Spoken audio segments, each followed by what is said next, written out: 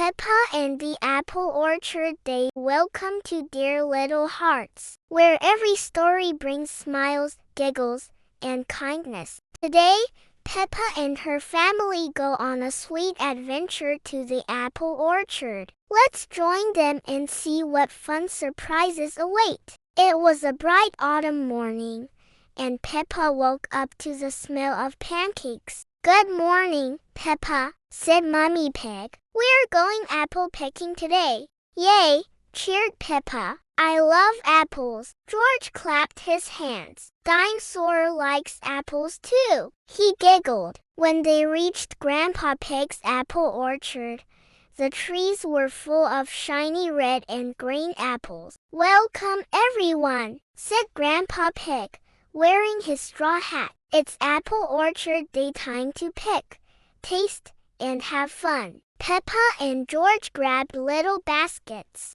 "Let's see who fills it first." Peppa smiled. They ran between trees, picking the juiciest apples they could find. Daddy Pig reached for the top branches but slipped plop right into a basket of apples. "Oops! Guess I found the softest seed in the orchard," he chuckled. Everyone laughed. Even Mummy Pig couldn't stop giggling. The apple pie contest. Soon, Granny Pig called everyone for the apple pie bake-off. "Who wants to make the yummiest pie?" she asked. Peppa and George worked together peeling apples, adding sugar, and rolling the dough. "Team Piggy Pie!" Peppa shouted proudly. When the pies were ready, the smell filled the air. Grandpa Pig tasted each one carefully. "Delicious! But Peppa's pie has extra love and teamwork."